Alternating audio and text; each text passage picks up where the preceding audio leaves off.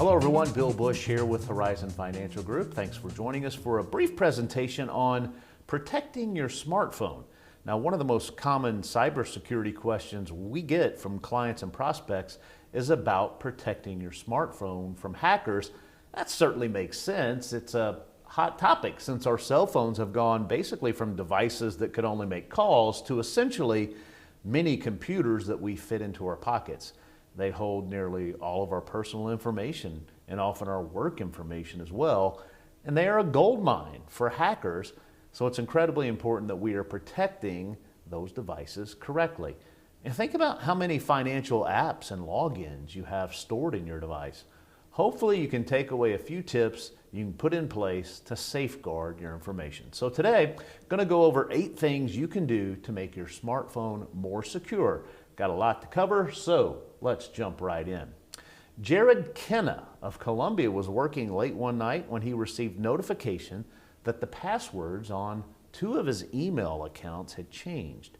He then attempted to reset the passwords himself, kind of worried that someone had control of his accounts, but he never got the text message code he needed to complete the reset.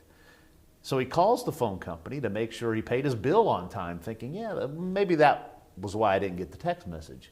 But they tell him, you don't have a phone with us. You transferred your phone to another company. Someone had forwarded Kenna's number from T-Mobile to a carrier called Bandwidth that had a Google Voice account linked to it. All of Kenna's texts and calls, they were being routed to a Google Voice account. With control of his phone number, the hackers began resetting Kenna's passwords. The text message verification codes were sent to them instead of Kenna. So within 10 minutes, they changed the password on 2 email accounts, 2 banks, PayPal, 2 Bitcoin services, his Windows account, and about 20 more accounts. What's worse, Kenna was an early adopter of Bitcoin and had millions of dollars worth of Bitcoin saved on an encrypted hard drive. A few weeks before the hack, Kenna had moved the Bitcoins online and protected them with a 30-character password. But the hackers got in and they moved the coins, and Kenna lost millions. And when this story was released, Kenna still did not have control of his phone back. How did all of this happen? Jared Kenna was missing a crucial security feature on his mobile phone account, a PIN. Now, we're not talking about a passcode on your physical device, although certainly should have that as well, but a PIN that you use to make any changes to your mobile account online or over the phone. This means that anytime you call your mobile carrier or go online to your account, you'll be prompted to enter a special PIN before you can add or remove any phone numbers or change any billing information. It is the #1 thing you should do to protect your smartphone from the hackers. We've seen countless examples of this scam happen to businesses and individuals. I heard the story of one business where the CFO was targeted. Hackers got in and forwarded his number to their own number with the intention of getting into the company's bank account. Now, they didn't succeed, but it was certainly frightening and took a while to clean up. To do so, call your mobile phone carrier and ask to put a PIN on your account. Smartphone security seems to be a pain point for most people, and that makes sense. Our smartphones hold a lot of data, contacts, pictures, emails, banking apps, social media, many accounts, notes, a calendar, messages, certainly sensitive work information and more. And our cell phone is, that number, the cell phone number is one key to our digital lives. So you think about Jared Kenna, like many of us use our phone number as part of our security system. If you have that 2-factor authentication set up on your accounts, you know that a special code is sent to your mobile device to complete the login process. Well, if the hacker already knows your password, controlling your phone number is the final step, meaning a hacked mobile account could turn into a hacked digital life. So the need to protect our cell phones from hackers is obvious. We've been educating, and certainly I've been educating myself on cybersecurity as a whole because really affects everyone this day and age. We're all worried about a hacker coming in and wiping our bank accounts clean, and I think it's our duty to help protect yourself from these threats. So we have a lot more to cover. Let's get started, and away we go with 8 steps on how to hack-proof your smartphone. So number 1 is protect your mobile account with a PIN. As we mentioned in the story, this is what we were talking about with Jera Kenna's account. Just as a review for everyone, we're talking about setting up a PIN with your mobile account carrier and not a PIN on your physical device. Anytime you make changes to your mobile account online or over the phone, you'll then have to provide this PIN. It's essentially like freezing your credit. Until that PIN is given, your account cannot be changed. So to set this up, call your mobile carrier. Remember, don't pick a PIN. Of course, it's easy to guess. So no birth date or last 4 numbers of your phone number. So that's number 1. Second action you need to take is to lock your phone with a passcode. And here we are talking about your physical device. A study by Consumer Reports found that 2 million smartphones and tablets are stolen each year, and millions more are lost. And those picking up your phones are certainly curious. Symantec did an experiment where they dropped 50 smartphones in common areas like food courts and elevators. None of the phones had a passcode. They discovered that 89% of the people who found one of those phones opened personal apps, such as online banking. 60% opened social media and email apps. 57% tried to open a passwords file. And while 50% of the finders tried to contact the owner of the phone, which is good, half of them also took a dive into the owner's personal life. And this is such an easy task, but yet 1/3 of smartphone owners don't protect their device with a passcode. You want to choose the most secure passcode option available to you. And for iPhone users, that means selecting a 6-digit numeric code or a custom alphanumeric code. To do so, visit Settings and then Touch ID and Security. Android users can use between a lock pattern, a 4-digit passcode, or a 16-digit passcode. A lot of people like using the lock pattern, but security experts warn that that is not secure. They say that someone who found your phone could guess the pattern by seeing kind of the fingerprint trail on the screen. So obviously the 16-character password is the most secure option, and you can set that password in your settings. A simple passcode will protect your privacy in case your phone is lost or stolen. An added plus of adding a passcode to your phone is that it will actually encrypt all the data as well on iPhones running iOS 15 or later and Android devices running Android 6.0 Marshmallow. Now, with this change, neither Apple nor Google can access the data on your phone. Only your password can decrypt your files. And note, if you're an activist, you may want to consider disabling Touch ID, that feature on your phone. Law enforcement, on your iPhone that is, law enforcement can force you to use a finger to unlock your phone, but they cannot force you to give up your password. Think about that. All right, number 3, use a Find My Device program. So if your phone is lost or stolen, you'll be glad to put a passcode on it. Yeah, you'll be glad to do that, but you'll also want a way to get that phone back. Both Apple and Android phones have built-in features that allow you to track your phone, remotely turn off and lock your device, and even delete the data stored on your device. For Apple users, this is called Find My iPhone, and you can enable it by going to Settings, iCloud, and enabling Find My iPhone.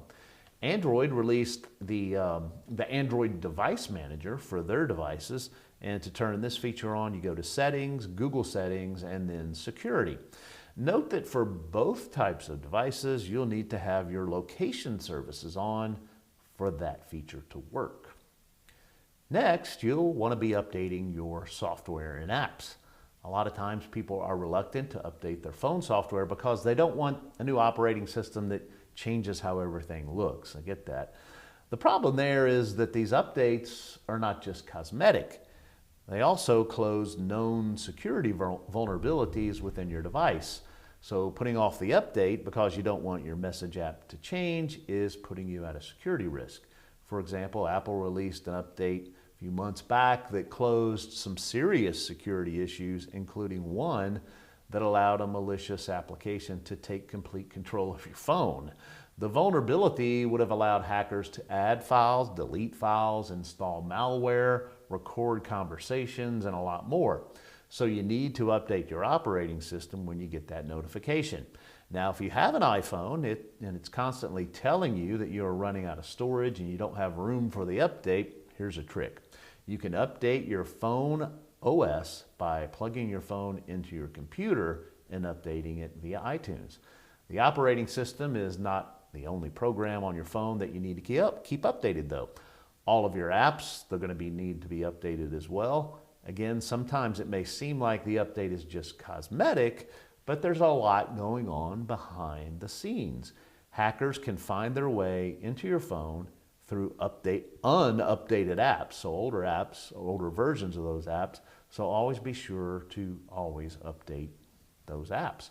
And as a note, you only want to be downloading apps from the official app stores for your device. So Apple's App Store or Google Play. Apps not sold in these stores are not checked for malware or privacy settings and could compromise your privacy and security. Another important action you need to do regularly to hack-proof your phone is to back it up. And you should be backing up your phone in two places, the cloud and on your computer.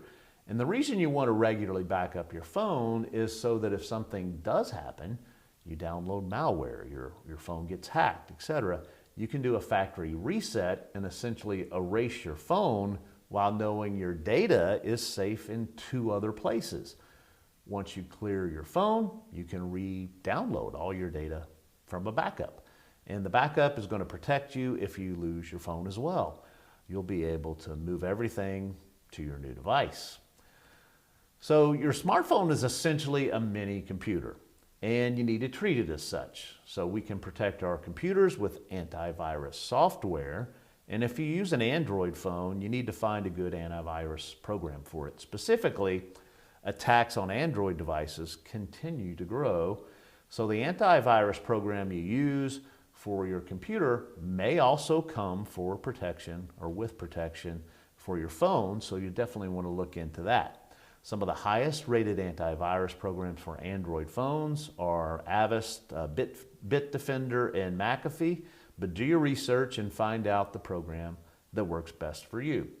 iPhone users cannot install antivirus apps on their phone. In 2015, Apple began pulling antivirus apps from the App Store, saying that iOS works securely on its own.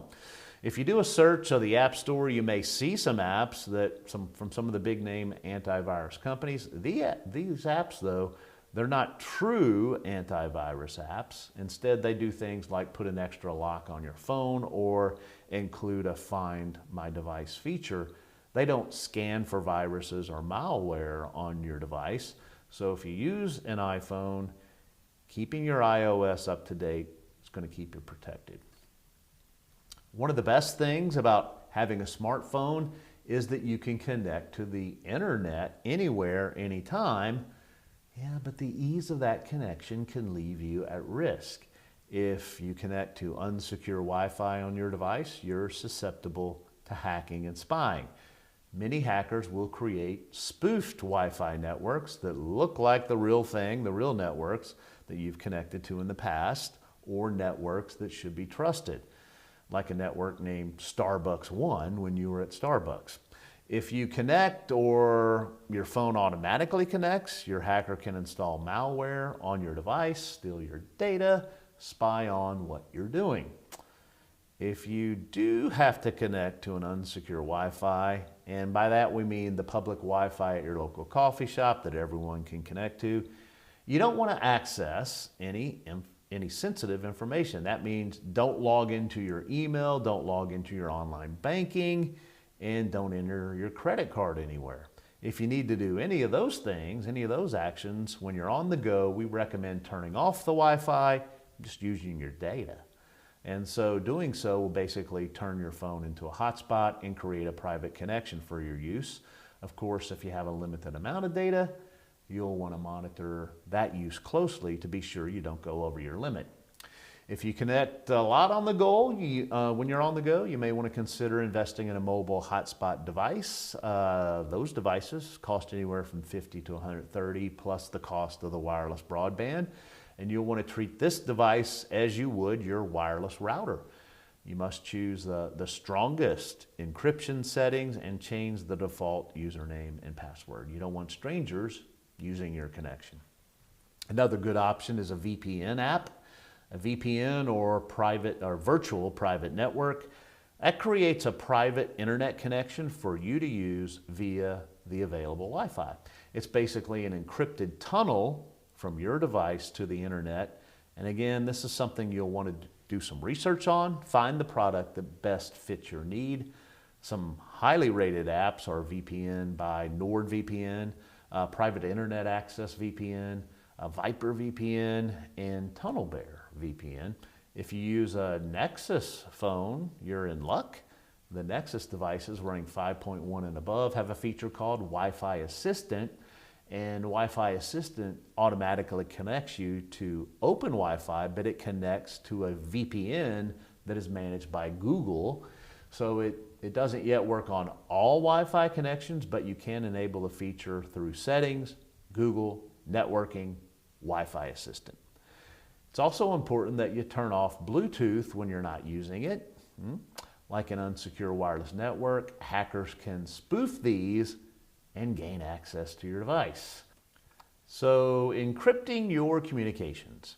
In recent years, 60 Minutes did a piece on smartphone vulnerability, and in that piece they spoke to a researcher who explained how hackers could listen and record any conversation, read your messages, and track your location. And this is possible due to a flaw in Signaling System 7, SS7, which is a virtual global network that connects phone carriers. It's the system that allows different mobile carriers to exchange billing information and allows your phone to have service while roaming. The problem is criminals have found their way into SS7 systems, which allows them to intercept and record any calls made. And there are other ways that hackers or others can listen to your conversations and read your text messages. They can send you attachments that install malware, or they can trick you into connecting to a malicious Wi-Fi network that they control. The solution? Keep your communications private, encrypt your messages. And I know the word encryption sounds complicated and scares people, but today's technology has made the process pretty easy. I mean, encrypted messages can only be read by the people communicating in the conversation. To everyone else, the messages look like random characters strung together. Apple's iMessage, the messaging platform used between iPhones, is encrypted by default, but only if you're communicating with another iPhone and there is a proper data connection. Facebook's messaging system is also encrypted if you choose a new feature called Secret Conversations. When using the Facebook Messenger app, you're going to click the new conversation button in the upper right and then select Secret on the next screen. You'll only be able to do this if you're running the updated version of Messenger and if the person you are communicating with has an updated version of the app. And again, we go back to that's another reason to update your apps all the time. So WhatsApp, pretty good privacy, and Signal are other encryption messaging apps that are popular in the security industry. WhatsApp can only be used for messages, while Signal has an encrypted calling feature, keeping your voice messages secure as well. Pretty good privacy is an email encryption service. So for all of those, the person you are communicating with also would need the program. So those are some actions you need to take to protect your smartphone from the hackers. The mobile PIN account, the password on the phone, Find My Phone app, update software and apps, back up your device regularly, protect your phone with antivirus, use safe Wi-Fi connections, and encrypt communications. And like all parts of cybersecurity, you need to decide the level of protection you want for your smartphone. Hey, thanks for joining us for this quick video. Hope it was helpful to you. If you have any questions about it, reach out to us. Bill Bush here at Horizon Financial Group. You can reach us at info@horizonfg.com. We'll see you soon.